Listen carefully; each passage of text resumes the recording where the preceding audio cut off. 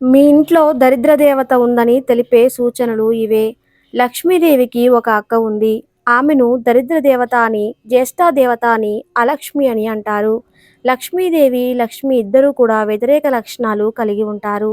సంపదలకు ఆది దేవత లక్ష్మీదేవి. హిందూ పురాణాల ప్రకారం పాలసముద్రం నుంచి లక్ష్మీదేవి జన్మించింది. అయితే లక్ష్మీదేవికి ఒక అక్క కూడా ఉంది. ఈ విషయం చాలా మందికి తెలియదు. జీవితంలో లక్ష్మీ కటాక్షం ఉండాలని అందరూ కోరుకుంటూ ఉంటారు. అయితే లక్ష్మీదేవి సోదరి మాత్రం దీనికి వ్యతిరేకం. ఆమె పేరే అలక్ష్మి. పాల సముద్రాన్ని మదించినప్పుడు లక్ష్మీదేవత పుట్టింది. తరువాత దరిద్ర దేవత, తర్వాత హలాహలం పుట్టింది. ఆ తర్వాత లక్ష్మీదేవి పుట్టింది. లక్ష్మీదేవి పుట్టిన తర్వాత అమృత కలశంలో ధన్వంతరి అవతరించారు. పాల సముద్రం నుంచి పుట్టిన లక్ష్మీదేవిని వివాహం చేసుకోవాలని విష్ణువు అనుకుంటాడు. అయితే అప్పుడు లక్ష్మీదేవి తనకన్నా పెద్దదైనటువంటి సోదరి వివాహం జరిగితే తర్వాతే తన వివాహం చేసుకుంటానని అంటుంది.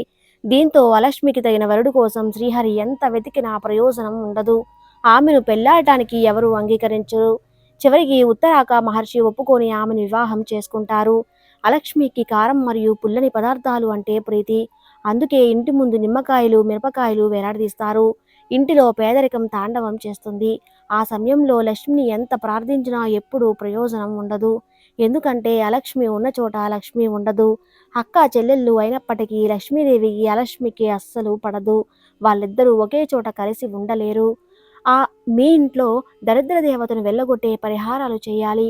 అప్పుడే దరిద్ర దేవత మీ ఇంటిని వదిలి వెళ్తుంది. మరి ఇంతకీ దరిద్ర దేవత ఇంట్లో ఉంటే ఎలాంటి సూచనలు కనిపిస్తాయి అనే విషయాన్ని ఈరోజు మనం తెలుసుకుందాం.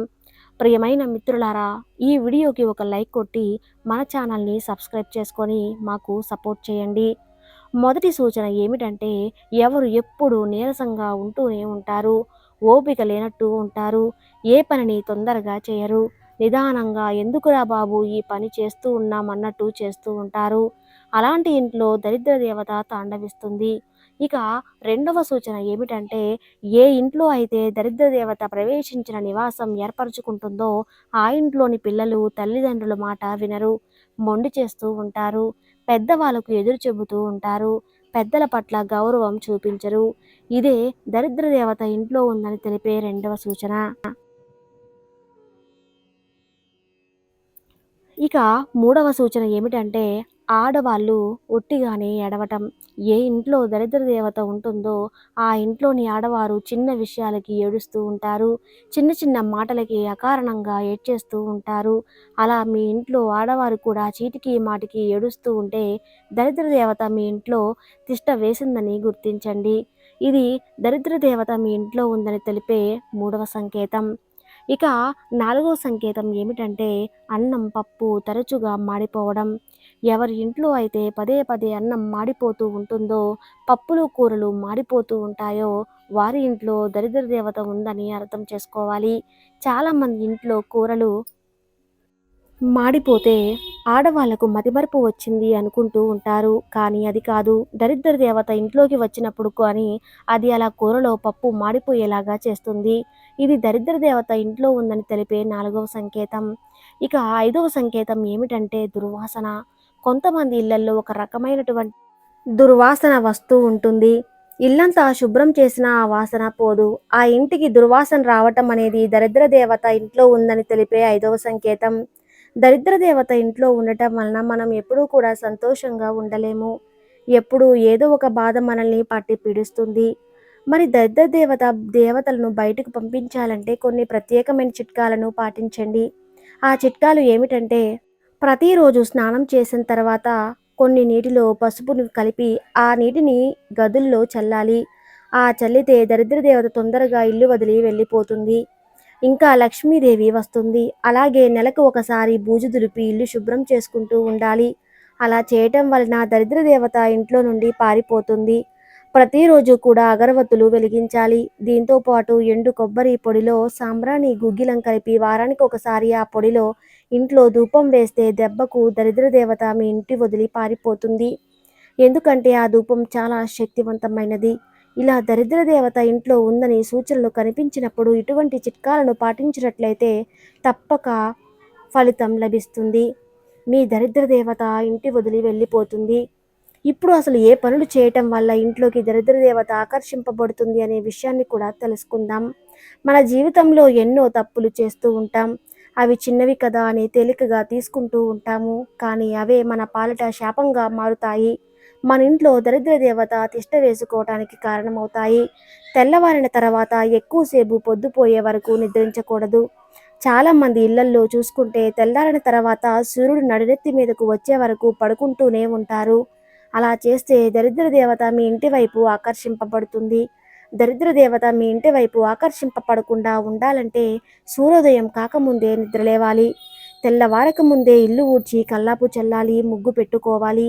సూర్యుడు వచ్చాక కల్లాపు చల్లితే సూర్యుడికి ఆగ్రహం వస్తుంది. అలాగే సూర్యుడు వచ్చే వరకు నిద్రపోవటం కూడా అస్సలు మంచిది కాదు. కనుక ఇంటివైపు చూడకుండా ఉండాలంటే ఉదయాన్నే నిద్ర లేవటం అలవాటు చేసుకోవాలి. సూర్యుడు రాకముందే స్నానాలు పూర్తి చేసుకోవాలి. ఇలాంటి చిన్న చిన్న చిట్కాలు పాటిస్తే మనకు మంచి జరుగుతుంది. లేకపోతే దరిద్ర దేవత మీ ఇంటి వైపు ఆకర్షింపబడుతుంది. మీకు ఇబ్బందులు ఎదురవుతాయి. అలాగే వదిలేసిన తర్వాత చక్కగా దుప్పటిని మడతపెట్టి శుభ్రంగా అక్కడ పెట్టాలి. ఏ ఇంట్లో వారైతే దుప్పటి మడత పెట్టకుండా వదిలేస్తారో ఇంటికి దరిద్ర దేవత ఆకర్షింపబడుతుంది. అందుకే మంచం దుప్పటి మడత పెట్టాల్సిందే. భోజనం చేసిన తర్వాత అలాగే కూర్చోకూడదు, అలాగే ఉంచకూడదు. తొందరగా దాన్ని శుభ్రం చేసుకొని తినాలి. తిన్న తర్వాత చేయి కడుక్కోకుండా అలాగే కూర్చుంటే దరిద్ర దేవత కూడా వాటితో పాటు అలాగే కూర్చుంటుందని నమ్మకం. దరిద్ర దేవత ఆకర్షింపబడి ఇంట్లో వాళ్ళు అనారోగ్యాల పాలు అవుతారు. అలాగే దరిద్ర దేవత మన ఇంటి వైపు ఆకర్షింపబడకుండా ఉండాలంటే మాసిన బట్టలను ఉతికిన తర్వాత స్నానం చేయాలి. ఉతికిన నీటిని కాళ్ళ మీద పోసుకుంటే దరిద్రం పడుతుంది.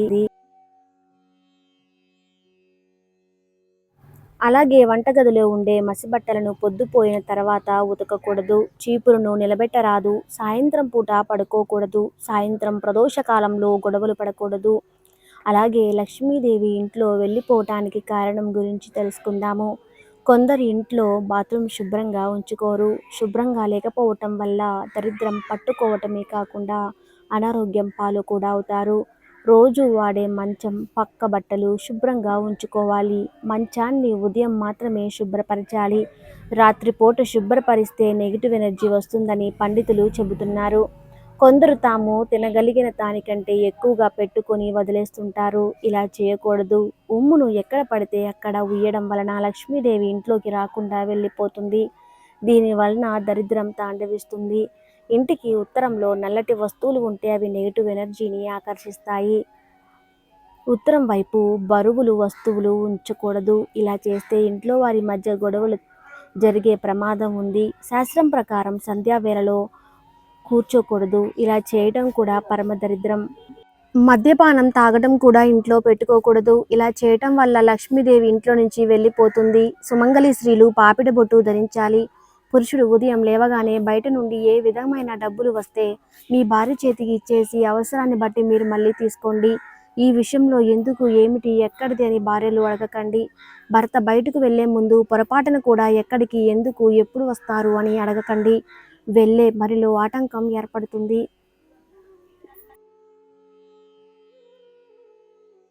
ఏదైనా వ్యాపారం లేదా పెట్టుబడి విషయంలో మీ భార్య సలహా కూడా తీసుకోండి. వయసులో ఉన్న ఆడపిల్లలు ఖచ్చితంగా బొట్టు గాజులు ధరించండి. దీనివల్ల పెళ్లి తర్వాత గౌరవప్రదమైన కుటుంబం లభిస్తుంది. మంచి అలవాట్లు అలవర్చుకుంటే జీవితం ఎంతో హాయిగా సుఖ సంతోషాలతో సాగుతుంది. ఈ వీడియో మీకు నచ్చినట్లయితే తప్పకుండా మన ఛానల్ని లైక్ చేసి మీ ఫ్రెండ్స్కి షేర్ చేయండి.